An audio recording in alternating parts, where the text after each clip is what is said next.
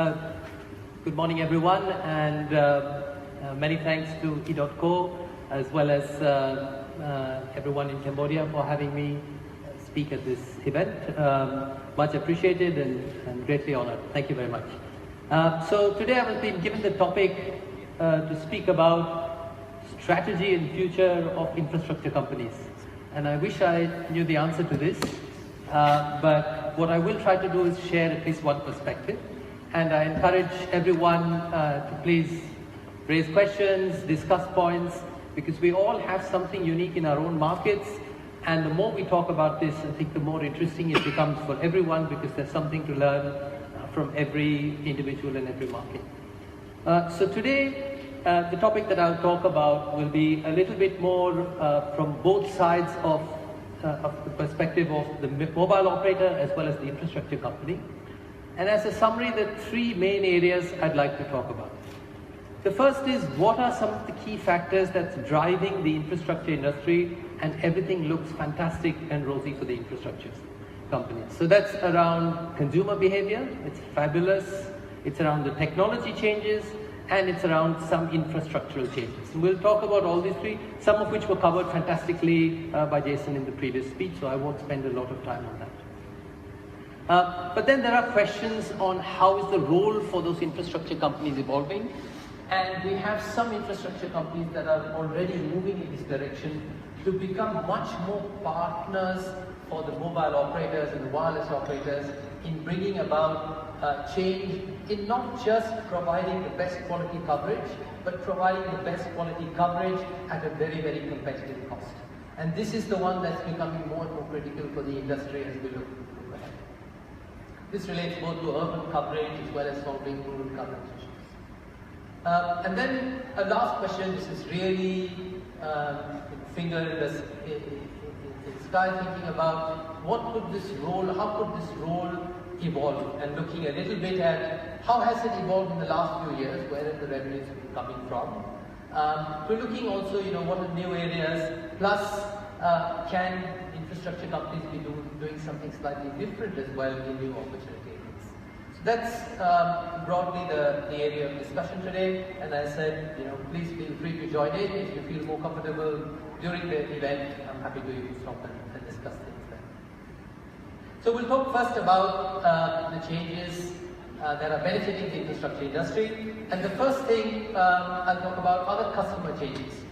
So we've had a story now for this industry whereby for the last few years we've had reducing voice traffic because everybody is doing SMS, not doing SMS, is doing WhatsApp or whatever your local applications. So we've had voice revenues declining, but at the same time data revenues have been growing. We've got fabulous smartphone penetration, and you've seen already some numbers from Jason. The amount of data that's being generated is enormous. You've also seen he's got some numbers of forecasts that say it's going to be tenfold, and whatever that magnitude is, it is going to be much more than what it is today. And you have reasons for that. You've got the situation where in a lot of markets we're already moving to unlimited data. It's a little far-fetched as a concept in a lot of Asian markets, but we're not that far away if you stretch your imagination a little bit. So if you go to some of the developed markets, Scandinavia, in the UK, even Taiwan, Korea, you're already selling unlimited data. This is already, But you don't even need to go that far and look at that wealthy a nation. You can even look at countries like Malaysia, which is getting to a developed nation status, and there are operators already offering unlimited voice and unlimited data there. You don't even need to go that far. You can look in your own markets and you can start seeing that some form of unlimited is already being offered by various operators. So what they will offer is, you can have unlimited YouTube or unlimited Facebook or unlimited WhatsApp and so on. And today, WhatsApp and Facebook and YouTube all are generating video, which is driving traffic. So as a fundamental driver, there is going to be a lot more traffic coming from the customers, and that's good for infrastructure companies because you need more capacity to service that, and therefore that's a good sign. What's also becoming important is that more and more operators are thinking about customer experience. If your data is unlimited, then you have one option of saying, okay, that's it, I'm not building any more infrastructure, let people consume what they can, it's unlimited, within the constraints of my infrastructure. But that's not how the business seems to be evolving. If you look at companies across the world, and I only pick Vodafone because they publish this in a public manner, but there are a lot of companies that are tracking customer experience in the data world. So we're used to listening to customer experience in the voice world. Everyone knows about dropped calls and connection rates and so on. But what are the same metrics in the data world? And Vodafone is one operator that's measuring it, and the way they measure it is they measure what is the average throughput that a user has during a session that he or she is connected to the network. And this is increasingly becoming more and more important for all MNOs, which basically implies if users are going to be generating a lot of data, MNOs are not going to just leave them to live in a throttled or a constrained environment, but they are going to measure that user experience, because if data is unlimited, really your only differentiator then is going to be customer experience. So that's one angle of it. And there is an additional pressure to this, which is YouTube is watching, and this is interesting because it's not we are watching YouTube, it's the other way around. And let me explain this very interesting experiment that YouTube has done, at the moment publicly only in Malaysia, but we know that they're looking at this across the region. YouTube today has something called video checkup. So you can Google this and you will find something called video checkup by YouTube. What YouTube has done is every user session, they are tracking every user session of YouTube on their data centers. They know exactly which user it is, of course. They also know which operator that user is on. They also know approximately the location of that user, because they have either from the smartphone, they have GPS information, or they've got information broadly from Google or where the sites are located. So they've got a lot of information. They have some minor information which they don't have, and they're working on trying to get that, but effectively they can map today and say what is the average user experience at a particular location by operator and by user. So what they did was they took this data and they went to the operator and said, look, we've got this fabulous information, why don't you take this information and use it to improve your network? And of course operator said, there's the door, you can please leave because you're not paying for any of this. I'm not going to upgrade anything based on what you're telling me. So what did YouTube do? They said, well, okay, I'll publish this. So YouTube now puts this out on video checkup and they give a rating for every operator by location. So you can, it's not a, this is the national rating. You can zoom into your own city, you can zoom into your own locality and see what's the best user experience that's done. And YouTube doesn't have any ulterior motive here. They just want to make sure users get the best user experience so that people watch more, so that they can show more advertisements and they can make more money. There's nothing else behind this.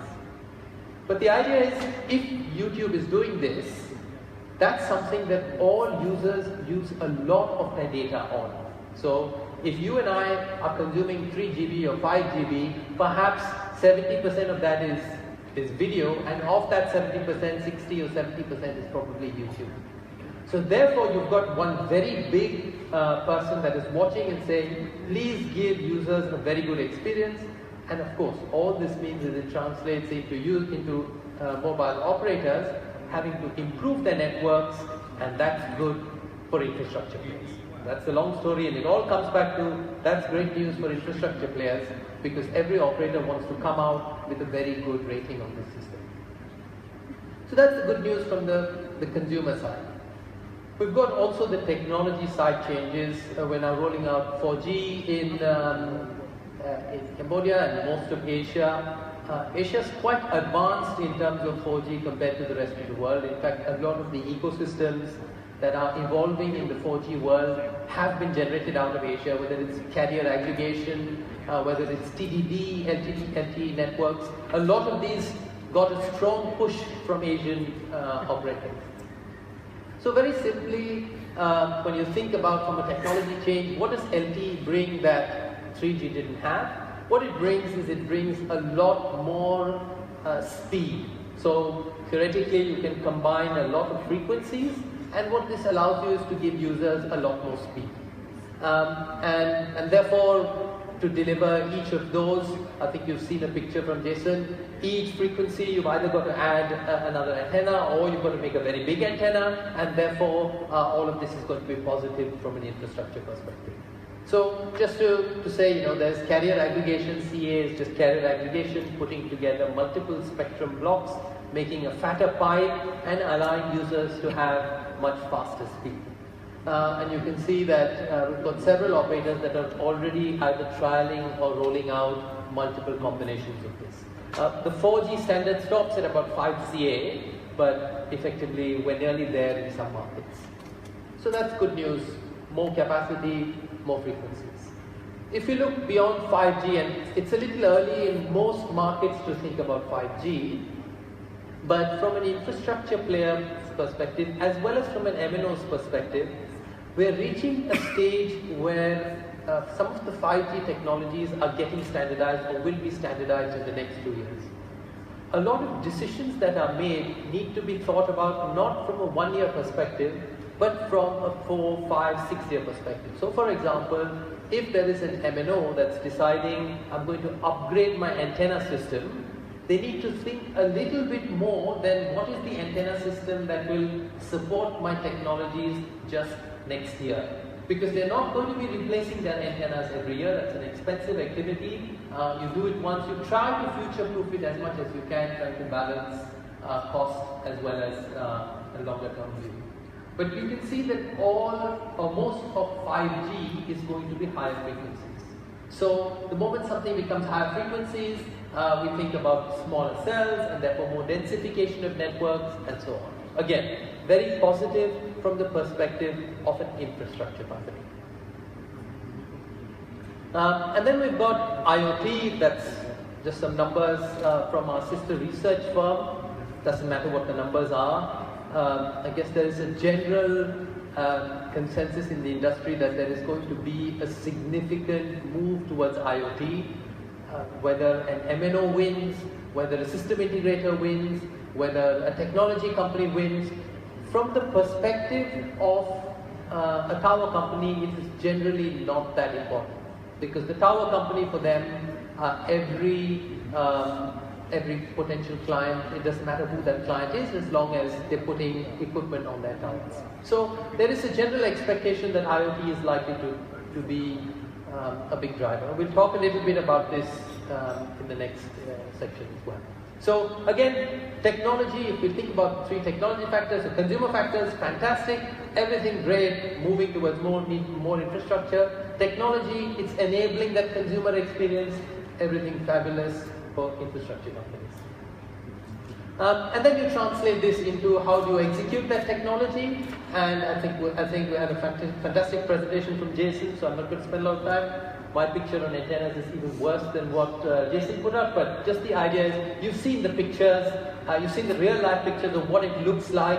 It's going to be a much bigger antenna, and hopefully as an infrastructure company, what most infrastructure companies would be doing is saying, look, I've got a cost, and you've seen, you need to strengthen the foundation, otherwise the tower's going to come down, and there is a cost to that, somebody needs to pay for that, and one way is to say, as the area of the antenna goes bigger and bigger, perhaps there is a cost to that.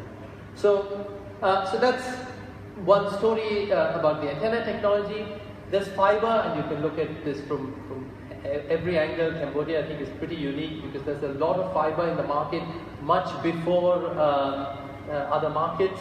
And whatever the forecasts are, you can see that more and more fiber is going to go into closer into the towers because that's going to drive all that capacity that comes through. Is it an opportunity for an infrastructure company? Is it a threat for an infrastructure company? It's a little debatable. The microwave may come off, or you may have to upgrade the microwave to get fiber-like speeds. At the same time, you've got fiber coming in as well. How can an infrastructure player participate in that?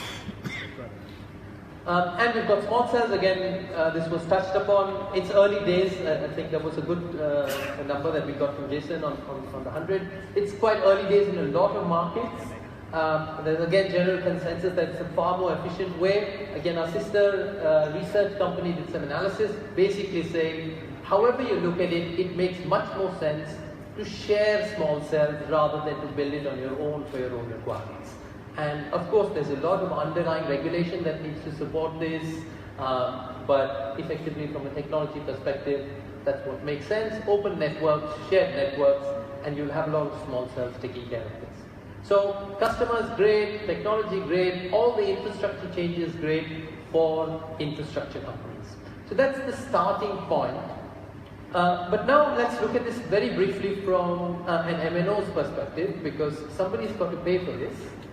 And here's where the story starts getting a little bit more worrisome, because if you look at the top line, and this is just a collection of countries, and we're looking at revenue growth. So we're looking at the market level, which is how big are these markets growing from a revenue perspective. And you'd expect emerging Asia to be still quite robust in terms of revenue growth. If we just look at the CAGR over the last 3 years, Indonesia stands out. It's nearly a 10% CAGR. That's extremely healthy. But just to be clear, there is one very large operator there that is growing very, very fast. So if you start looking at this from the perspective of everyone, then the story becomes a little different. But anyway, it's a good story. The customers are paying and there is revenue. But you start looking at all the other markets, they are now in low single digits. And what's worrying is markets like Philippines and Malaysia are flat or even negative. So we're not very far from a situation where revenue growth is going to start declining. And this is again, basically your voice traffic is going down, your voice revenues are going down because people just prefer doing WhatsApp. Your data growth is growing phenomenally, data consumption is growing phenomenally, but the competitive dynamic of the market is such that everybody is pricing data cheaper and cheaper, and therefore the revenue growth is a bit slower. So there is a starting pressure which the infrastructure companies must recognize as the first driver. If you look at anything going forward, and get the example of the country here, it's basically around looking at deployments of any future technology. Whether you're at the stage where you're at 4G and you're now saying, how do I roll out 4G?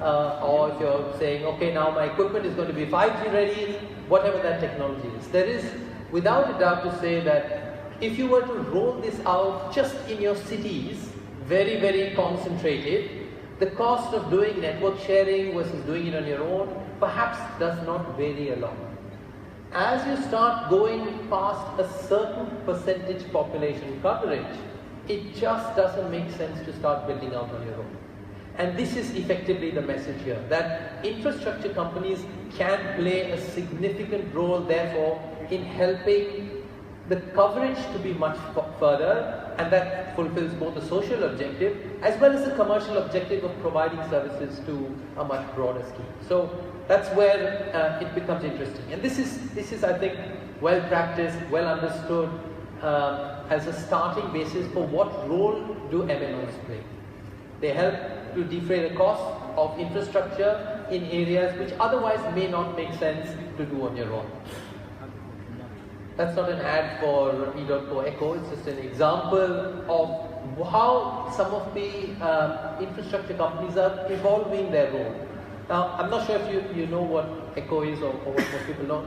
It's basically a remote monitoring system. You can watch your towers and your infrastructure from a centralized location. You can check, is the tower on, is the diesel there, or is the diesel stolen? And you can do things around managing and monitoring your sites.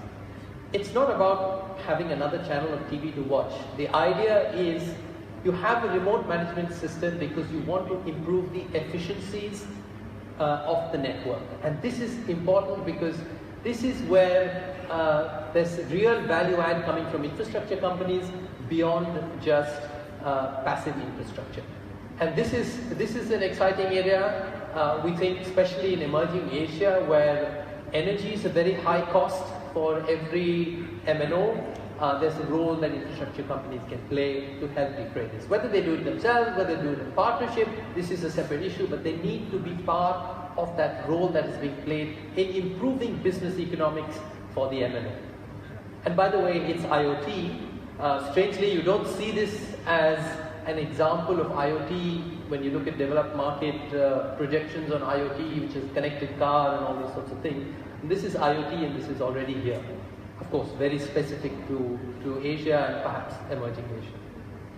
So, from a role, we can see that infrastructure companies need to become much more partners with the MNOs to help manage this financial pressure. And this is a fundamental change in the role, because the more they get involved in this, the more valuable they become for the MNOs.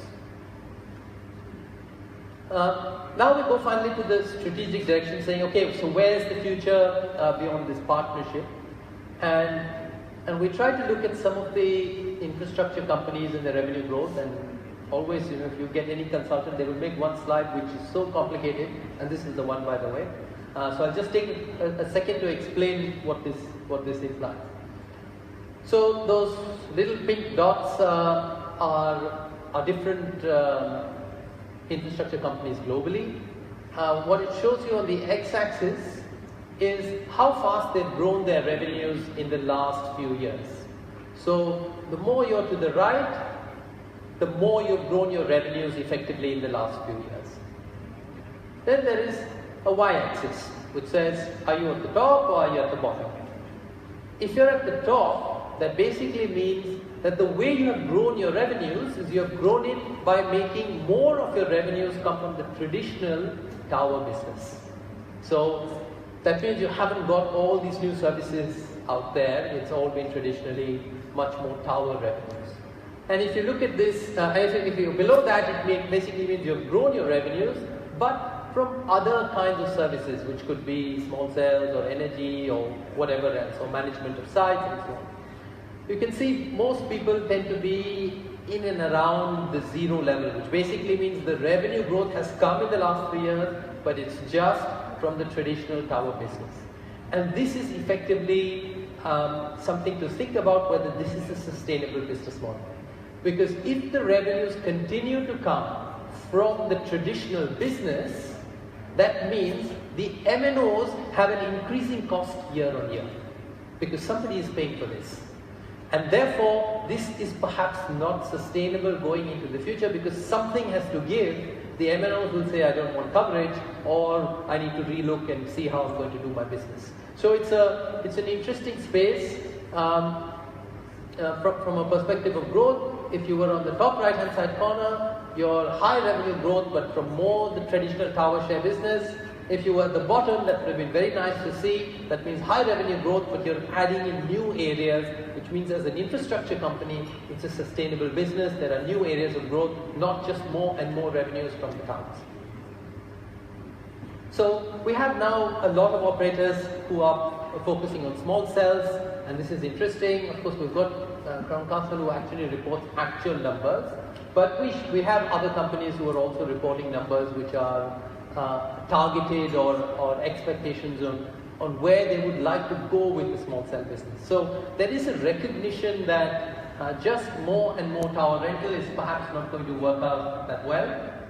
So we need to think about other avenues, and for small cells, I think we talked about this already in the previous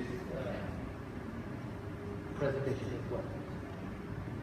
And then there's another question. We see a lot of infrastructure companies that have decided, EDOTCO is as well one, but there are several others, who have decided that perhaps one way to grow the business is take my infrastructure and offer it for other services, for example, like IoT. So I will go and partner with anyone who wants to offer IoT and start providing a joint marketing activity here. So you can't see this one, but the one on the left is LoRa, a Sigfox, and very low speed IoT for those of you who are interested. And this is using unlicensed spectrum. So this is one which is very easy for a towerco to partner with a non-traditional telco or anyone else. So they can go and say, okay, it's unlicensed, you don't need to issue this to an MNO, and therefore you can partner with third parties. And a lot of the towercos have gone down this route. On the right hand side is the more traditional licensed spectrum NB-IoT and LTE-M. So there are two flavors which are using spectrum that MNOs typically have. So there are two different ranges of where this IoT business can go. If, for example, we end up in a scenario where actually for IoT what works is just the licensed spectrum business, then if a towerco is in unlicensed, there's really no business there. So it's a little uncertain which direction it's going to go into, mainly because the unlicensed works and makes a lot of sense for applications which are not mission critical and require very, very little data throughput. And there are a lot of, for example, smart city applications. The most common one that's touted, of course, is municipal services like dustbin pickup and so on and so forth. But if it's mission critical, then you can see that it's unlikely you're going to find those sorts of applications. So it's a little bit out as to whether we're going to find the growth or we're not going to find the growth out of new areas for infrastructure companies. So just as a quick recap, one perspective on where infrastructure companies may end up, and there will be plenty of others.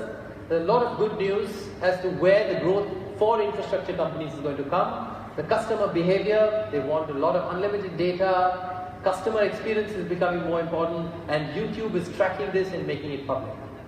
There's the technology, which is higher and higher speeds, which of course means more and more infrastructure needed, and therefore that's another great opportunity. Antenna technology, bigger, more fiber, smaller cells, these are all new areas for infrastructure companies to get involved. So again, fantastic. However, when you think about how that role is evolving, it's coming under a lot of financial pressure for MNOs. So as we saw, revenue growth at a market level is nearly flat or will become relatively flat quite quickly. If that is the case, then there's going to be financial pressure on MNOs. They will not be able to roll out every new technology, every new service that they've been doing in the past, and therefore there's a role for the infrastructure company to be part of a group that's working towards improving costs. Network sharing, of course, is the most significant way. There are a lot of interesting discussions around network sharing as to what role a towerco can play in this, including with a vendor, for example. There's a lot of different flavors on this. And improving business economics. This is the key change that we see with towercos in the market, especially around energy and uptime. Where does it all go? The growth till date has primarily been in the traditional business, growing revenues, which have been in tower rental. And we think that there are new areas, again, more infrastructure focused, possibly something new in terms of customers for IoT. And with that, we get to the end of the time. So that's all from my side. Happy to take questions or as you prefer. Thank you very much. Thank you very much, Mr. Amrish Kacker. Please remain on the stage, and I would like to request you to moderate the executive panel about